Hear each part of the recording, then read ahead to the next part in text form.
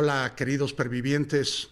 Víctor Gordoa les da la bienvenida al podcast El Camino de la Pervivencia. Hoy vamos a adentrarnos, tal como lo prometí en el anterior capítulo, en la palabra crisis. El principio de pervivencia número 29 del libro El Camino de la Pervivencia, donde comparto 30 principios para resistir y lograr lo que te propongas pese al tiempo, el dinero y los demás, se titula Maneja las crisis sin entrar en crisis. Ya desde el título viene la advertencia de lo que le sucede a la mayoría de las personas cuando sucede una crisis. Entran en crisis. Y entonces se les hace casi imposible, o al menos más difícil, manejar la crisis en la cual entraron. Su propia actitud se vuelve crítica en medio de otra crisis y entonces la crisis se duplica. Maneja las crisis sin entrar en crisis. Cuando estaba yo escribiendo este principio de pervivencia, como siempre, recurrí al libro de sabiduría ancestral chino, Ji Xing, y le pregunté, ¿qué le puedo yo dar de conocimiento adicional a mis lectores o a mis escuchas para este principio? Maneja las crisis sin entrar en crisis. Y me contestó, hexagrama 41, Sun, la merma. La merma unida a la veracidad, obra elevada aventura sin tacha, o sea, sin error. Puede perseverarse en ello. Es propicio emprender algo. Esta primera parte nos dice que debe haber una disminución veraz y que eso no va a tener jamás un mal destino y que después de la merma puede emprenderse algo. Ahora, el mismo I Ching te dice, ¿cómo se pone esto en práctica? 2 escudillas pequeñas pueden usarse para el sacrificio. Te está diciendo que vas a tener que hacerte de herramientas para poder vivir la época de la merma. Merma es disminución, hacerte más pequeño. No son los tiempos propicios para tú querer todavía hacer más cosas en medio de una crisis. Abajo junto a la montaña está el lago. Imagínense un lago y la montaña. El agua del lago está dándole humedad a la montaña y la está haciendo fértil para sus árboles.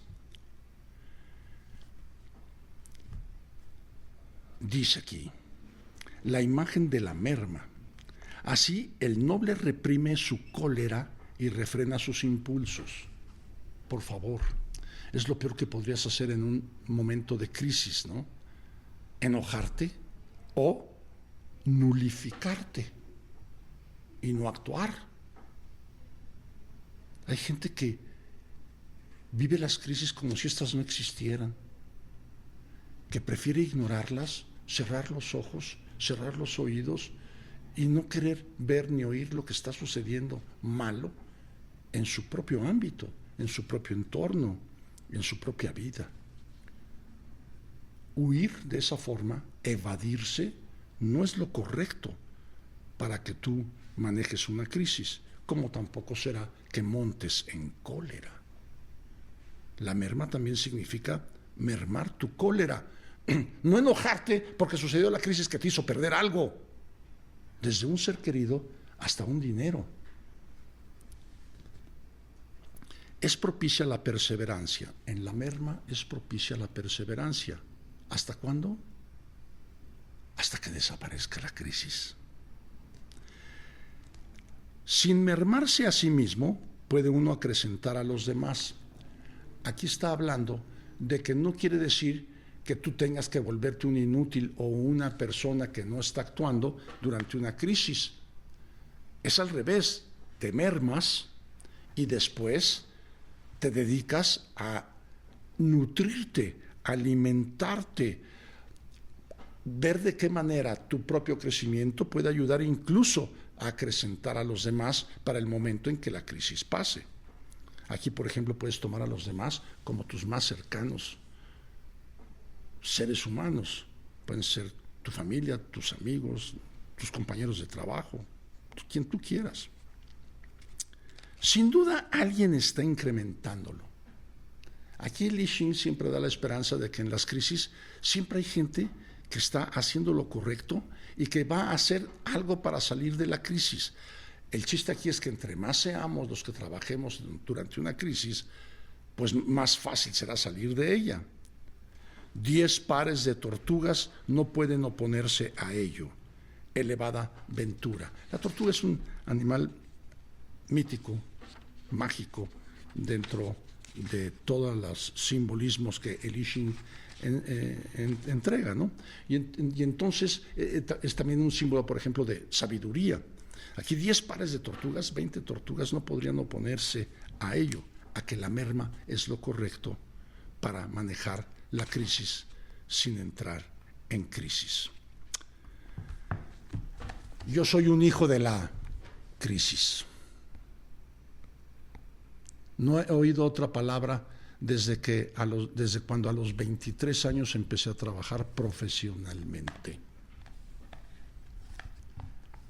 Terminé mi carrera, me casé y empecé a trabajar. O sea que en el año 2024 que corre, cuando estamos grabando este podcast, yo voy a cumplir 50 años de trabajo y también 50 años de matrimonio. ¿Qué me pasó?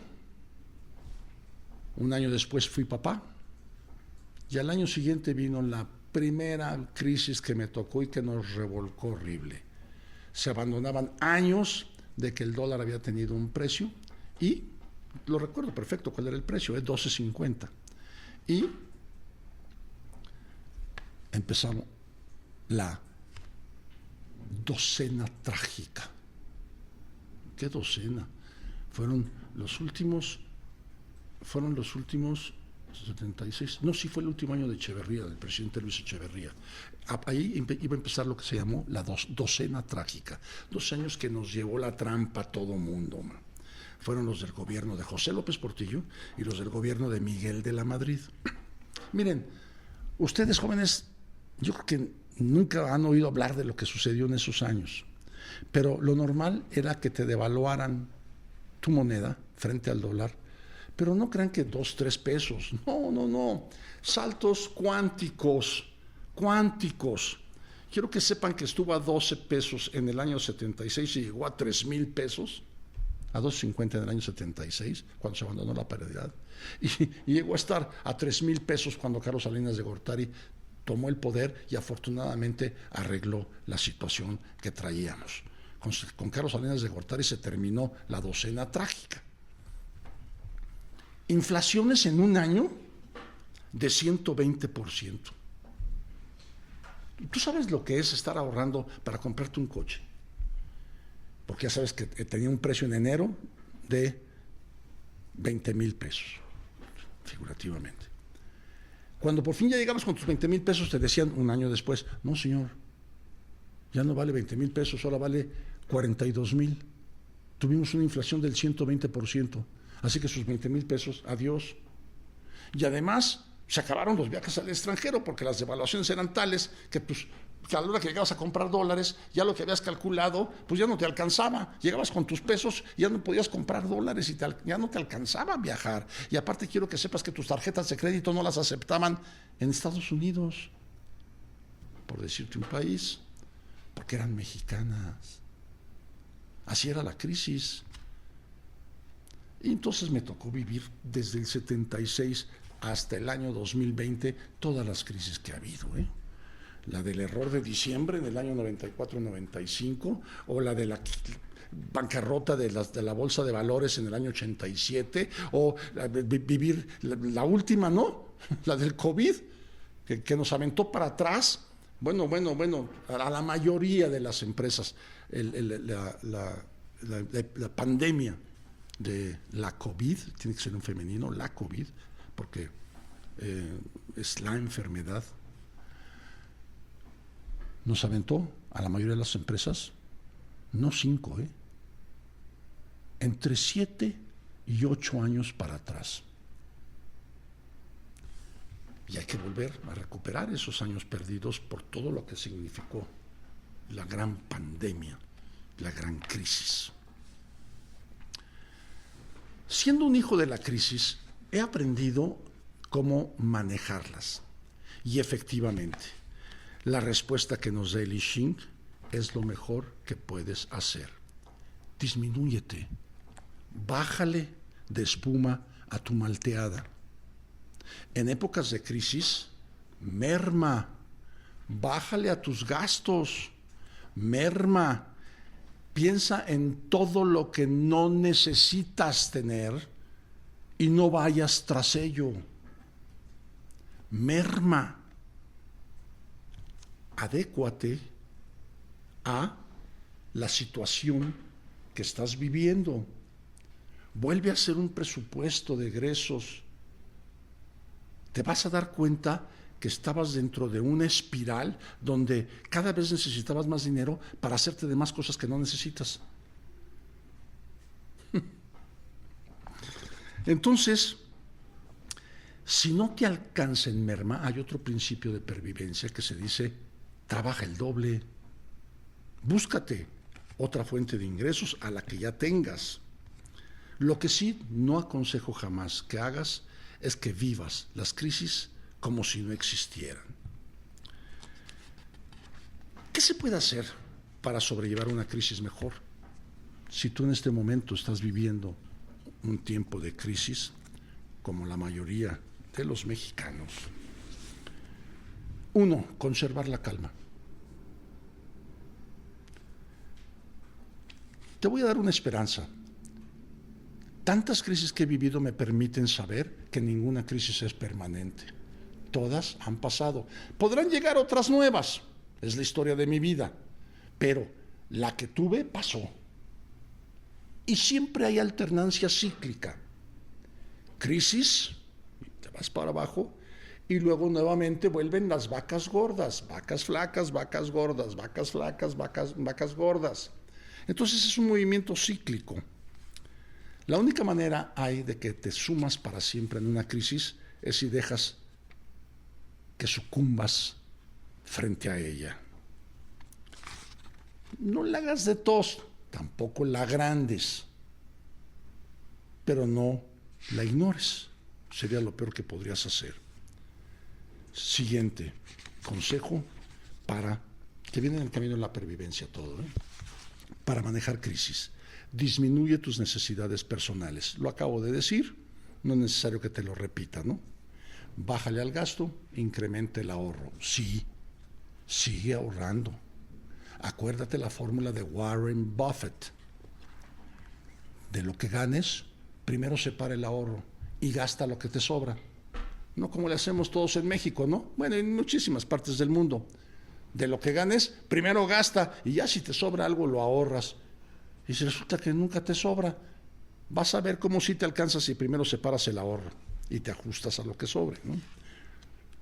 Un buen consejo para ahorrar es un mínimo de un 10%, y bastante sensato ahorrar el 20% de lo que ganas. Digo, si es que quieres ser rico, porque es el ahorro lo que te hace rico, no lo que ganas. Ok. Aprovecha las oportunidades que surgen de las crisis. La gente que sucumbe ante las crisis toma decisiones desesperadas. Muchos desesperados se ponen a vender cosas en tiempo de crisis. Y como muchos están vendiendo, los precios son más bajos, tienen que caer. La ley de la oferta y la demanda no tiene ninguna otra forma de proceder. Entre más oferta, menor es el precio. Entre más demanda, mayor es el precio de las cosas. Por lo tanto, aprovecha las oportunidades que se presenten, porque si has sido de los que has ahorrado, en tiempos de crisis surgen verdaderas gangas para hacerte del auto de tus sueños, para hacerte del departamento con el que sueñas y quieres lograr para tu familia, para hacerte de mobiliario, porque hay muchas tiendas que se van a poner en súper ofertas con tal de vender, porque no se pueden comer los muebles, ¿no? Y así, empiezan a surgir oportunidades por todos lados que debes de saber aprovechar. No caigas en las tentaciones que van por el lado de pedir prestado para solventar la crisis. Pedir prestado a los bancos, ya sabes que no son tus amigos. Pedir prestado a los amigos, no les vas a poder pagar y después vas a perder al amigo, además, te vas a echar una bronca encima. Financiarte con tarjeta de crédito, ándale, significa ponte una soga al cuello y luego jálale, acabarás ahorcado. No caigas en la tentación de contraer deudas para sostener de manera irreal una vida que no debes de tener en tiempo de crisis. Merma, es el consejo. Bájale de huevos a tu omelette. Redoblar el trabajo. Y si es necesario, reinvéntate. Si lo que hacías ya no puede continuar, reinvéntate y surge por otro lado. En lo personal, yo he tenido que reinventarme muchas veces, cuando menos 6, 7 veces. Si recorres todos los capítulos de este podcast vas a ver cuántas reinvenciones. El chiste es que sigas perviviendo, que nada obstruya tu paso. ¿Saben cómo dediqué este libro? El primero, el poder de la imagen pública. Miren la dedicatoria.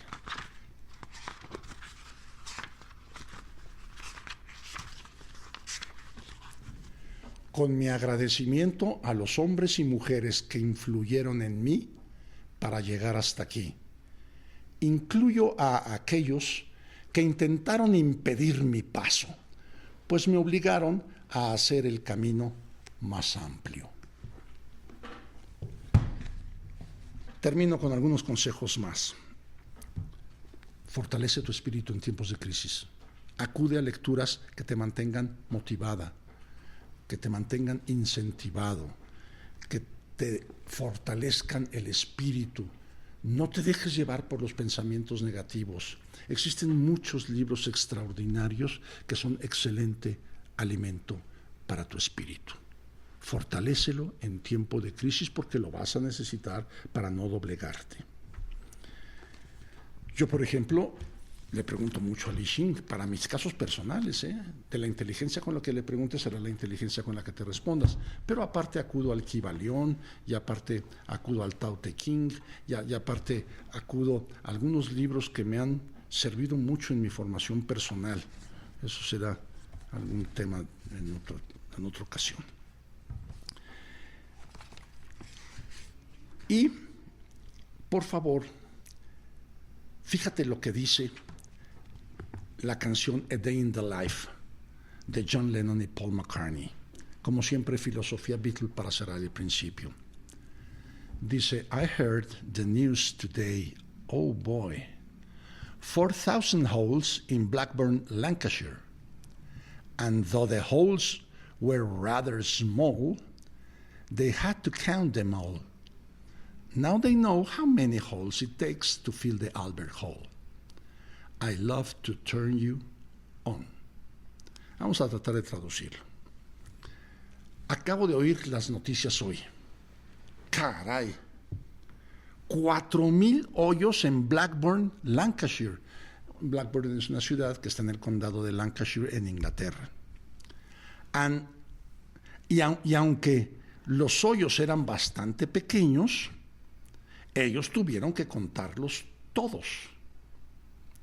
Pero ahora ellos saben cuántos hoyos se necesitan para llenar el Albert Hall.